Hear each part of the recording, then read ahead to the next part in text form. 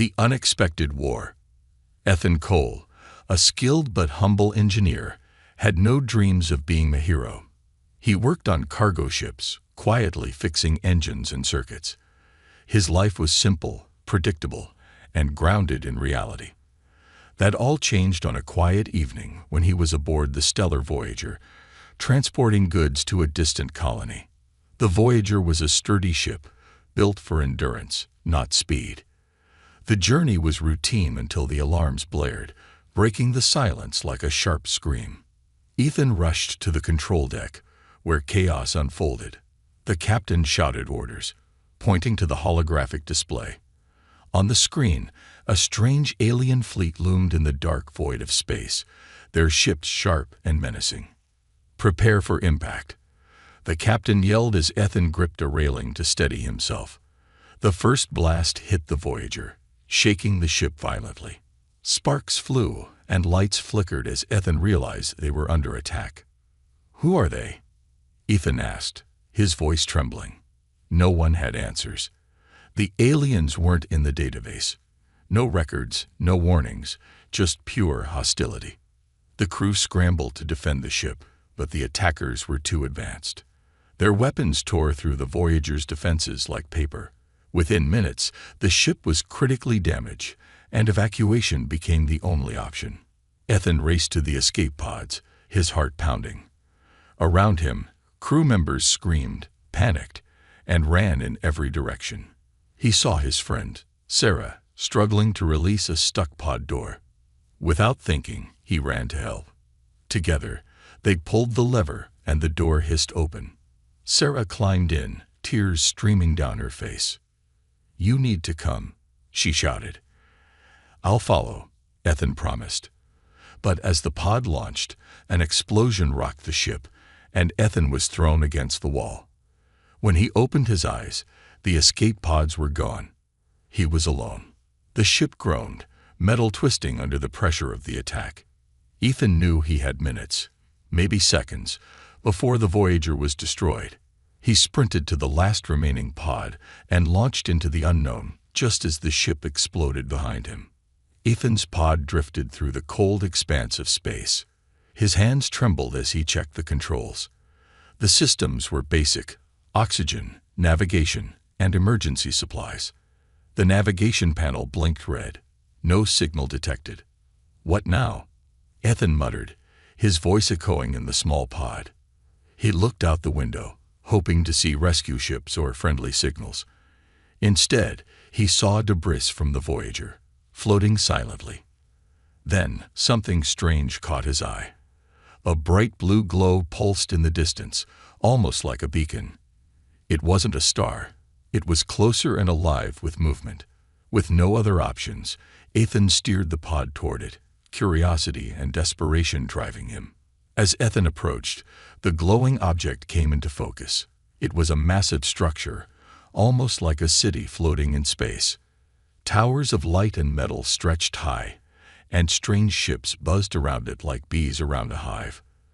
The pod's systems beeped wildly, detecting energy signals off the charts. "This isn't human," Ethan whispered, both in awe and fear. His pod was pulled toward the structure by an unseen force. A tractor beam, he guessed. He braced himself as the pod landed with a soft thud in a brightly lit hangar. The silence was unnerving. Ethan stepped out of the pod, holding his breath. The air was breathable, but the atmosphere was thick with tension. He took a cautious step forward, scanning the area.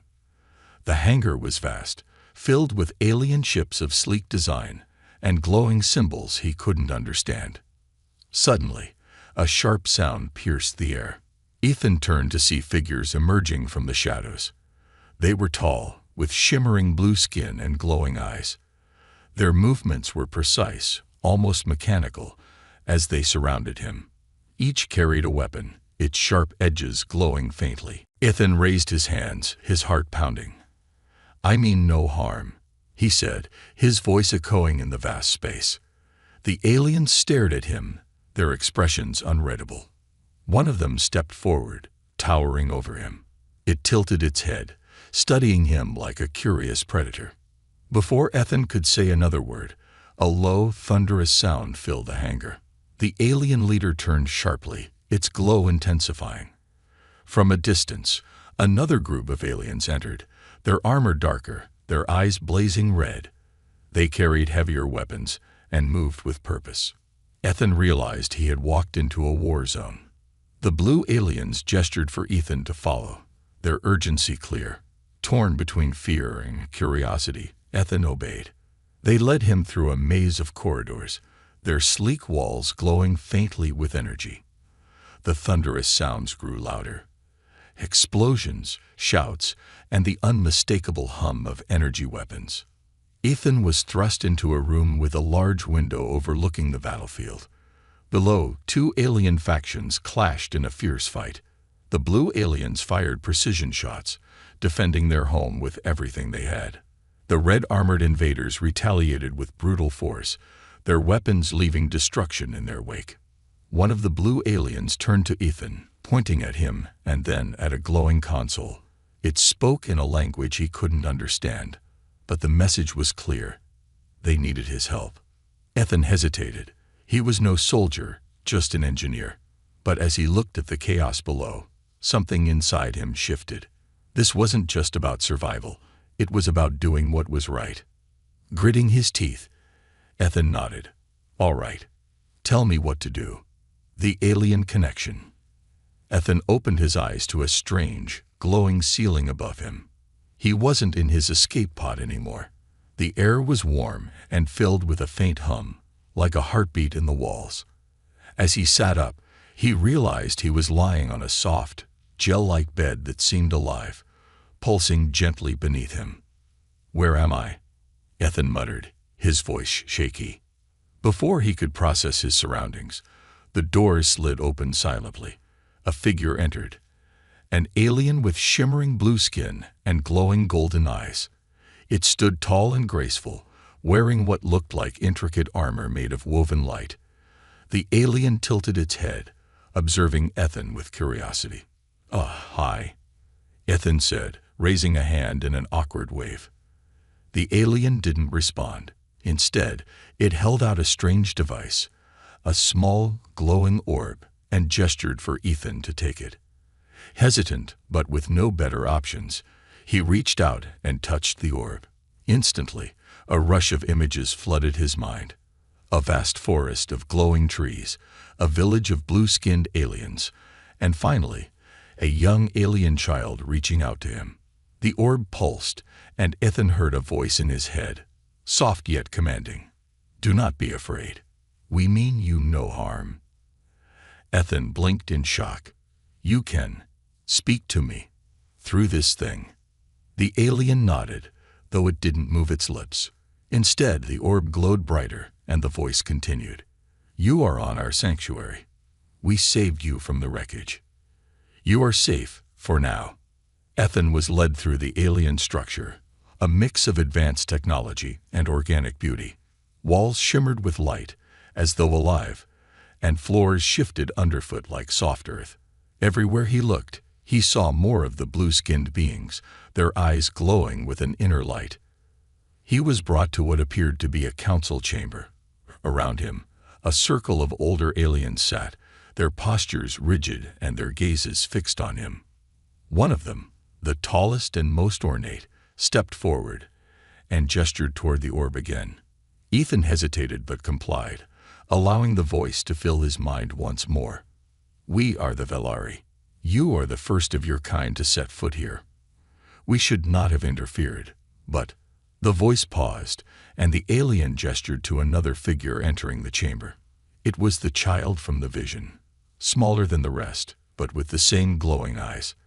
The child stepped forward fearlessly, its gaze locked on Ethan.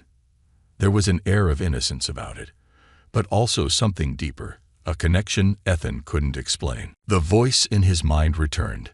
"Our young one, Lura, found you. She believes you were sent here for a reason."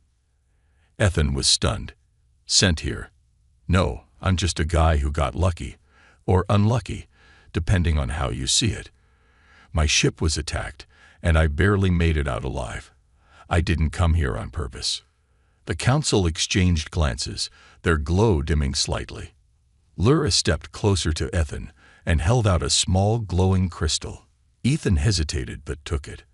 As soon as it touched his palm, he felt a warmth spread through his body. Images flashed in his mind again, this time of an enormous creature, its glowing red eyes piercing the darkness, its roar shaking the ground. Ethan gasped. What was that? The Ravager, the voice answered grimly. It hunts us. We have lived in peace for centuries, but now it threatens our very existence. Lyra believes you can help us stop it. Ethan shook his head. I'm just an engineer. I don't fight monsters. You've got the wrong guy. Lyra stepped forward, her small hand reaching for Ethan's. When she touched him, a strange calm washed over him. He saw another vision, this time of himself standing beside the Velari, facing the Ravager together. The image felt impossibly real, as though it were a memory waiting to happen. The council debated among themselves in their own language, the orb glowing faintly in Ethan's hand. Finally, the leader turned back to him. We do not trust easily, but Lyra sees something in you. If you will help us, we will share the secrets of our world. If not, we will guide you to safety.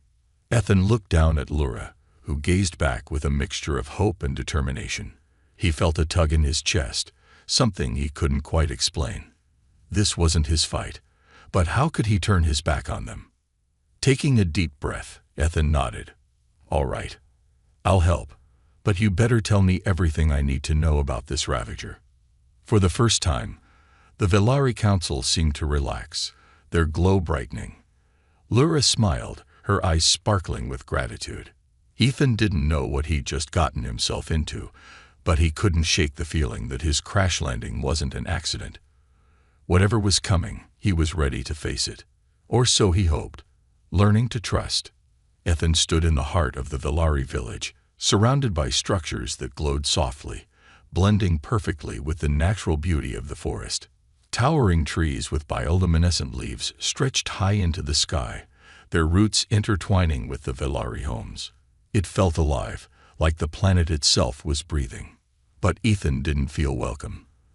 The Velari watched him from a distance, their glowing eyes filled with suspicion.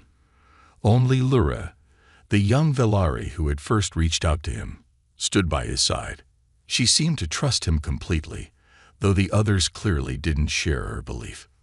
This is awkward, Ethan muttered to himself, shifting uneasily. He had faced machinery breakdowns in deep space, hostile corporate bosses, and even the terror of a crashing ship, but this silent judgment from a group of aliens, that was new. The Velari leader, an elder named Vale, approached Ethan with measured steps. His gaze was sharp, and his glowing staff pulsed faintly in rhythm with his voice as he spoke. The orb in Ethan's hand lit up, translating Val's words into his mind. You are here because of Lyra's actions. She believes you can help us, but many among us disagree. Ethan sighed, feeling the weight of their doubt. Look, I didn't ask to be here. I was just trying to survive. But if you got a monster problem, I'll do what I can to help. Val's glow dimmed slightly, a sign of contemplation. Helping us requires more than words. If you wish to earn our trust, you must prove your worth. Ethan frowned. What does that mean? A test, a trial. Lyra tugged on Ethan's sleeve, her small hand pointing toward a distant part of the forest. The elders murmured among themselves, and Vale finally nodded. The Ravager's presence grows stronger near the crystal hollow. If you are to help us, you will need to understand the danger. Lyra will guide you. Ethan followed Lyra through the glowing forest, the air humming with life. Strange creatures skittered across branches, their bodies radiating soft light. The path grew darker as they approached the crystal hollow, the trees twisting into eerie shapes. Is it always this spooky out here? Ethan asked, trying to mask his nervousness. Lyra didn't respond, but she offered him a reassuring glance. The hollow opened before them like a cavern carved from light and shadow. In its center stood a massive crystal formation, pulsing faintly with energy. Ethan felt a strange pull toward it, as though it were alive. Surrounding the crystal were deep claw marks etched into the ground and the nearby trees. Ethan knelt, running his hand over the marks. This thing, it's big, really big. Lura pointed toward the crystal, her expression somber. Ethan stepped closer and noticed something peculiar. The crystal wasn't just glowing. It was vibrating, almost like it was singing. As he reached out to touch it, Lura grabbed his arm and shook her head urgently. "Okay, no touching." "Got it," Ethan said, stepping back. Suddenly, a low, guttural growl echoed through the hollow. Ethan froze, his heart racing. Lura pressed herself against him, her small hand clutching his sleeve tightly. The growl grew louder, accompanied by the sound of heavy footsteps. The ground trembled slightly, and the trees around the hollow seemed to shrink under the presence of something massive. Ethan's instincts screamed at him to run, but his legs refused to move. Then it appeared, a creature like nothing Ethan had ever seen. Its body was massive, covered in dark, jagged scales that shimmered with a red glow. Its eyes burned like fire, and its sharp claws tore into the earth with every step. The Ravager had arrived. Ethan barely had time to react as the Ravager's roar shook the air. Lura pulled at his arm, urging him to retreat, but Ethan's gaze was locked on the creature. It wasn't just a predator. It radiated intelligence, a terrifying awareness that made his blood run cold. "We need to get out of here," Ethan said, finally snapping out of his trance. He grabbed Lura's hand and ran, dodging through the twisted trees as the Ravager's growls echoed behind them. The forest seemed alive, almost helping them escape. Branches shifted, creating narrow paths, while glowing vines pulsed with light, leading the way. Ethan didn't stop to question it. His focus was on putting as much distance as possible between them and the monster. After what felt like an eternity, they burst into a clearing where Vale and several Velari warriors waited. Their weapons glowed with a soft blue light, and their expressions were grim. "The Ravager," Ethan gasped, pointing toward the direction they had come from. "It's there. It's real. And it's angry." Vale nodded solemnly. "Now you see the truth. This is what we face." Ethan took a deep breath, his heart still racing. He looked at the Velari, then at Lura, who gazed up at him with trust in her glowing eyes. "All right," he said, standing straighter. "If we're going to stop that thing, we're going to need a plan. And I think I might have an idea." For the first time, Val's glow brightened slightly, a sign of cautious hope. The Velari warriors exchanged glances, their grips on their weapons tightening. Ethan didn't know if his plan would work, but one thing was clear. He wasn't just a stranded human anymore. He was part of this fight, earning their trust. Ethan crouched behind a cluster of glowing vines, watching the Velari warriors prepare for battle. Their weapons were elegant and strange, pulsing with blue energy that seemed alive. The Velari moved in perfect synchronization, their silent communication a language Ethan couldn't decipher. He felt out of place, an outsider in a war he barely understood. "I'm not a fighter," he muttered to himself. "I fix things. That's it." Lura, the young Velari who had insisted on bringing him here, appeared at his side. Her glowing eyes were filled with determination, and she handed him a small, unfamiliar device. It was shaped like a smooth metallic orb, etched with faint symbols that pulsed in rhythm with her touch. "What am I supposed to do with this?" Ethan asked, turning it over in his hands. Lura gestured toward the defensive line, then to Ethan's chest. She pointed at the device, and then at the forest beyond, where the Ravager's roar echoed faintly. Her meaning was clear. She wanted him to help. Ethan shook his head. "You don't get it. I don't know how to fight. I'd only get in the way." But Lura wasn't giving up.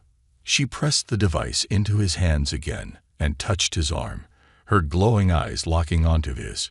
Ethan felt a strange warmth spread through him, a sense of calm, of quiet confidence. He didn't know if it was her touch or something more, but it steadied his nerves. The Villari warriors advanced toward the edge of the forest, their movements purposeful. Ethan followed hesitantly, clutching the device as if it were a lifeline. The forest grew darker, its bioluminescent light dimming under the weight of an approaching storm. The Ravager was close. Vale, the Villari leader, appeared at Ethan's side, his staff glowing faintly in the gloom. The orb in Ethan's pocket pulsed as Val's voice entered his mind. "You do not belong here, human, but Lura believes in you, and we honor her instincts. Tell us, how would you fight the Ravager?" Ethan hesitated. He didn't have the weapons or the training the Villari possessed, but he did know one thing: survival. On countless cargo missions, he'd faced life-threatening emergencies. He wasn't a warrior, but he was a problem solver. "Your weapons are fast, but that thing's faster," Ethan said, thinking aloud. "We need to trap it. Slow it down. Use the terrain against it." Val's glowing eyes narrowed slightly. "A trap. It has never been done. It's risky, but we don't have many options," Ethan replied. "If you can lead it to an area with thick trees, I can rig something up. A distraction, maybe even something to hold it in place." Vale studied him for a moment before nodding. "Show us." Ethan worked quickly, using the tools and supplies the Villari provided. He felt their skeptical eyes on him as he cobbled together a crude but effective plan. Using the metallic device Lura had given him, he created a simple trigger mechanism tied to one of the glowing vines, which he realized were highly reactive to touch. "Okay," Ethan said, stepping back to survey his work. "This should create a burst of light and sound when the Ravager steps here. It might confuse it long enough for you to strike." The Villari warriors murmured among themselves, their doubt evident. Vale raised a hand to silence them. "We will test your trap, but if it fails, your presence here will no longer be tolerated." Ethan nodded, swallowing his nerves. "Fair enough." The forest grew eerily quiet as the Villari spread out, taking defensive positions. Ethan stayed behind the trap, his heart pounding. The silence was oppressive, broken only by the faint hum of energy from the Villari weapons. Then the Ravager's roar shattered the stillness. It was closer than before, its heavy footsteps shaking the ground. The air seemed to thicken, charged with its presence. Ethan gripped the edge of a nearby tree, watching as the massive creature emerged from the shadows. Its glowing red eyes swept across the forest, searching for its prey. The Villari warriors held their ground, their weapons aimed but silent, waiting for the perfect moment. The Ravager moved toward the trap, its claws digging into the earth. Ethan held his breath, praying his makeshift device would work. When the creature's foot brushed the vine, the trap activated. A blinding flash of light erupted, followed by a deafening crack. The Ravager recoiled, roaring in fury. It swung its massive claws wildly, disoriented by the sudden burst. The Villari seized the moment, launching their attack. Bolts of blue energy streaked through the air, striking the creature's armored hide. For a brief moment, it seemed like the plan was working. The Ravager stumbled, its movements slowed by the assault. But then it recovered, its rage amplified. It lunged toward the Villari, its claws tearing through trees and earth. Ethan's heart sank. The trap had bought them time, but it wasn't enough. Lura appeared beside him, holding another glowing device. She gestured urgently, pointing toward the Ravager. Ethan took the device, realizing it was some kind of power source. An idea struck him, desperate, but it might work. He ran forward, ignoring Val's shout of warning. The Ravager turned its burning gaze toward him, its roar shaking the ground. Ethan hurled the device toward the creature, aiming for the weak spot in its chest, where the scales glowed faintly. The device exploded in a brilliant burst of blue energy, sending the Ravager reeling. It stumbled backward, roaring in pain, before retreating into the shadows of the forest. The Villari stood in stunned silence, their weapons lowered. Vale approached Ethan, his glow brighter than before. "You are reckless, human, but perhaps not useless." Ethan smirked, wiping sweat from his brow. I'll take that as a compliment. For the first time, the Velari seemed to look at him not as an intruder, but as an ally. And as Lura smiled up at him, Ethan realized he had taken his first real step toward earning their trust. The Velari's secret.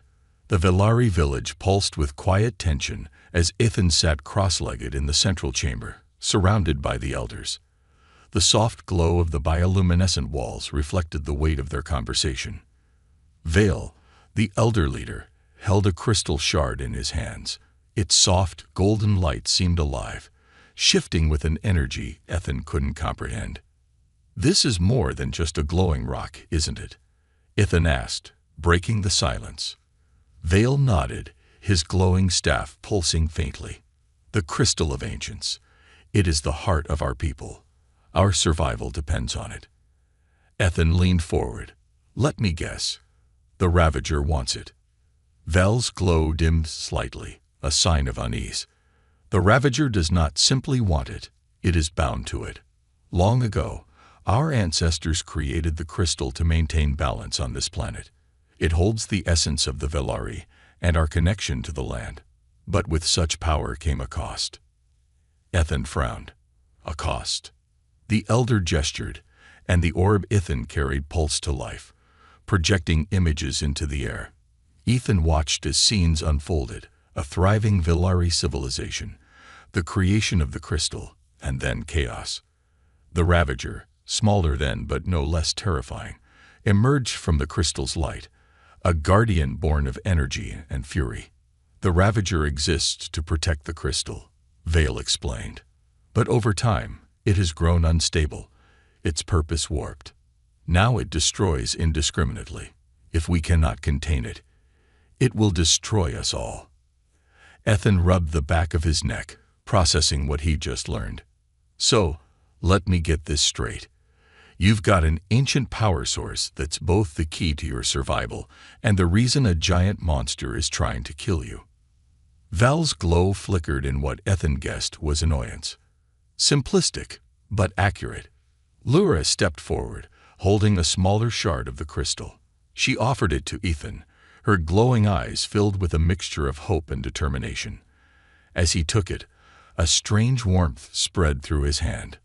The shard pulsed in time with his heartbeat, and Ethan felt a deep connection he couldn't explain. "This feels alive," Ethan said, his voice quiet. Vale nodded. "It is. The crystal resonates with those who have the courage to protect it. That is why Lura brought you here. She believes you share its strength." Ethan looked at Lura, who smiled softly. Her trust in him was unwavering, and it stirred something deep within him. He wasn't just a stranded human anymore. He had a role to play in this. The conversation was interrupted by a sudden tremor that shook the village. The Velari warriors rushed to their posts as Val's staff flared brightly. "The Ravager is close," Val said grimly. "We must act now." Ethan stood, gripping the shard tightly. "You said the Ravager is tied to the crystal. Can we use that to stop it?" Vale hesitated. "To stop it, we would need to sever its connection to the crystal. But doing so risks destabilizing the energy that sustains our people." Ethan's mind raced. He wasn't a fighter, but he was a problem solver. If the crystal was both the source of the Ravager's power and its weakness, then maybe there was a way to use that against it. "What if we trick it?" Ethan suggested. "Lure it to a place where we can control the fight. Use the crystal's energy to trap it instead of destroying it." Val's glow brightened slightly, a sign of cautious approval. "A dangerous plan, but perhaps it is our only option." The Velari began their preparations, guided by Ethan's plan.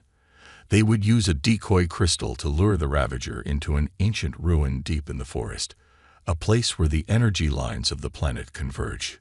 Ethan worked alongside the Velari, using his engineering skills to modify their tools into traps. As they worked, Lura stayed close to Ethan, her curiosity unyielding. She watched him intently, mimicking his movements and gestures. It made him smile, even in the midst of the tension. "You've got a knack for this, kid," he said, handing her a small tool. Maybe when this is over, you can show me how you do that glowy eye thing." Lyra giggled, a sound that lightened the heavy air around them. For a moment, Ethan forgot about the danger looming just beyond the trees. As the final preparations were made, Vale approached Ethan. "The plan is risky. If it fails, there will be no second chance." Ethan nodded, gripping the shard in his hand. "I know, but if we don't try, there won't be anyone left to make a second plan." Vale studied him for a moment before placing a hand on his shoulder. "The Velari do not trust easily, but tonight we place our hope in you. Do not fail us." Ethan swallowed hard. "No pressure, huh?" The ground trembled again, and the distant roar of the Ravager echoed through the forest. It was coming. Ethan looked at Lyra, who gave him a small nod of encouragement, then turned toward the glowing ruins where they would make their stand. He wasn't a hero, but tonight he would have to be. The final stand. The ruins glowed faintly in the moonlight, their towering spires of crystal and stone pulsing with an ancient, forgotten energy. Ethan stood at the center of the clearing, his heart pounding as he surveyed the scene. Around him, the Velari warriors moved silently, their weapons at the ready. Vel's staff glimmered faintly, a beacon of leadership in the tense air. Lyra tugged at Ethan's sleeve, holding out a small metallic orb. It was one of the traps they had prepared, a device that, when activated, would release a burst of energy strong enough to disorient the Ravager. Ethan took it, nodding to the young Velari. "This is it," he muttered, more to himself than anyone else. "Time to see if we can pull this off." The plan was simple, at least in theory. Lure the Ravager into the ruins, trap it using the decoy crystal, and neutralize it with the energy traps. But simple plans rarely stayed simple, especially when dealing with a creature as powerful as the Ravager. Vale approached, his glowing eyes narrowing as he placed a hand on Ethan's shoulder. "It is time. Are you ready, human?" "Ready? No," Ethan replied, forcing a nervous laugh. "But let's do it anyway." Val's glow brightened slightly in what Ethan hoped was approval. The elder raised his staff, signaling the Velari to take their positions. Lyra stayed close to Ethan, clutching a smaller shard of the crystal in her hands. She looked up at him, her expression a mixture of fear and determination. The first sign of the Ravager's approach was the tremor beneath their feet. The ground seemed to ripple with its steps, the air thickening with its presence. The ruin's faint glow began to flicker as if responding to the creature's arrival. "Stay calm," Ethan whispered to himself, gripping the trap in his hand. He glanced at Vale, who stood resolute, his staff raised high. The Velari warriors tightened their grips on their weapons, their glowing eyes fixed on the forest's edge. Then it appeared. The Ravager stepped into the clearing, its massive frame illuminated by the ruin's light. Its dark, jagged scales shimmered with a fiery red glow, and its eyes burned with a predatory fury. The creature let out a guttural roar, shaking the air and sending a wave of fear through the Velari ranks. Ethan swallowed hard, his mind racing. Big. It's so much bigger up close. The Ravager's gaze locked onto the decoy crystal, which pulsed brightly in the center of the ruins. It took a slow, deliberate step forward, its claws digging into the earth. The Velari held their ground, their weapons aimed but silent, waiting for the perfect moment. As the Ravager approached the decoy, Ethan triggered the first trap. A burst of blue light erupted from the ground, momentarily blinding the creature. It roared in anger, swinging its massive claws wildly. The Velari launched their first wave of attacks, bolts of energy streaking through the air and striking the Ravager's hide. The creature staggered but quickly recovered, its rage intensifying.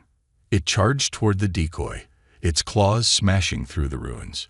Ethan activated the second trap, releasing another burst of energy. This time, the Ravager stumbled, its movements slowing as the traps began to take effect. "Now," Vale shouted, his voice echoing through the clearing.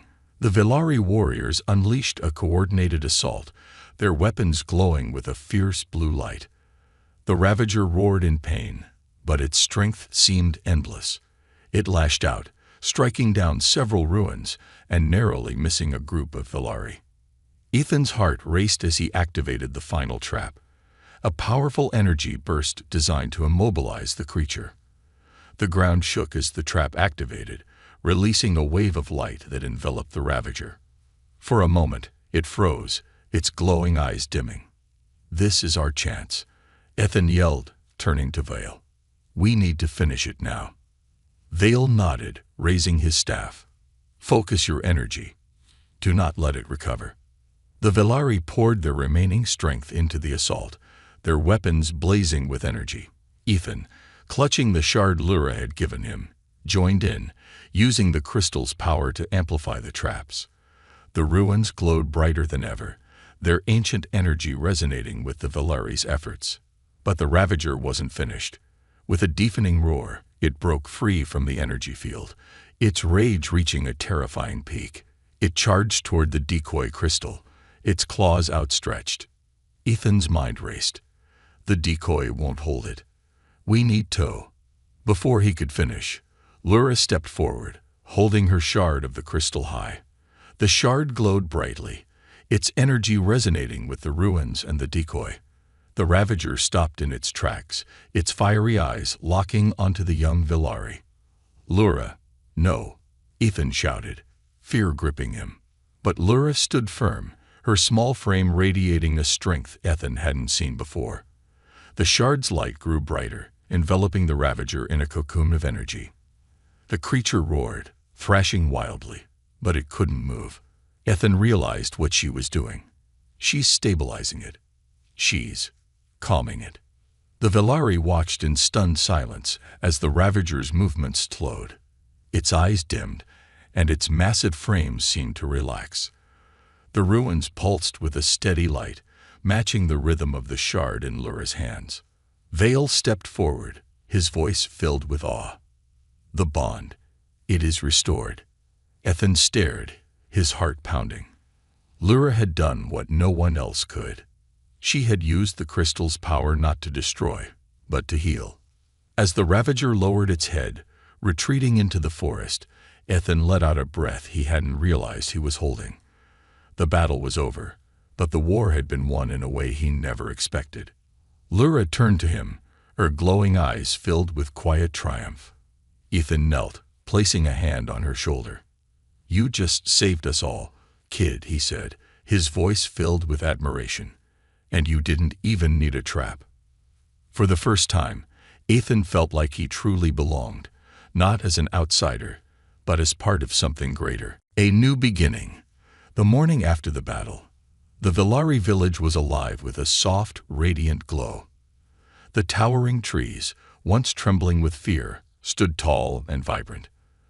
The crystal at the heart of the ruins pulsed steadily, its energy no longer chaotic but calm, like the heartbeat of the planet itself. Ethan sat at the edge of the village, staring out into the forest where the Ravager had disappeared. He still couldn't believe it. The creature, a force of destruction, had been subdued, not by weapons or traps, but by Lura's quiet courage. She had wielded the crystal's power in a way no one expected, forging a bond that saved both the Velari and their world. "Still here, human." Val's voice broke through his thoughts. The elder stood beside him, his staff glowing faintly. His expression, though unreadable, carried a sense of respect. Ethan smirked, rubbing the back of his neck. "Guess I didn't know where else to go." Vale tilted his head slightly, his glow brightening. "You have done more for us than we ever could have asked. The Velari owe you a debt we cannot repay." Ethan shook his head. "I didn't do it alone. Lura, she's the real hero." The mention of her name brought a smile to Val's face.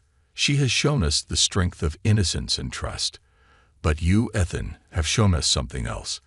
The courage to act, even when the odds seem impossible." As the Velari prepared for a day of celebration, Lura approached Ethan, holding something in her small hands. It was a pendant, crafted from a shard of the crystal, and set in a delicate frame of woven light. She held it out to him, her glowing eyes bright with emotion. "For me." Ethan asked, surprised. Lyra nodded, pressing the pendant into his palm. Its energy was warm, familiar, and comforting.